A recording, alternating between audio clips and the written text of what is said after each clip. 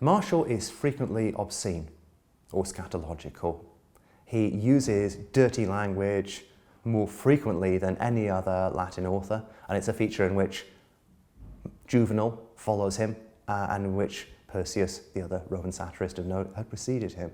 Clearly, obscene language was at home in Roman satire, although, of course, Martial's not exactly a satirist.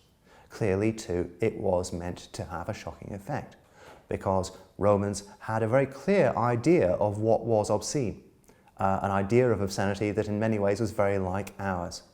They ruled certain words out of order in polite conversation, and many of them are the words Martial uses. So these are clearly poems that are meant to shock and to deliver a pleasurable frisson to a certain kind of reader, and Martial talks about that explicitly. There's one book where he says, up until this point, good lady, this book has been written for you. From here on in, it's written for me. And at that point, everything gets very, very naughty indeed for the rest of the book.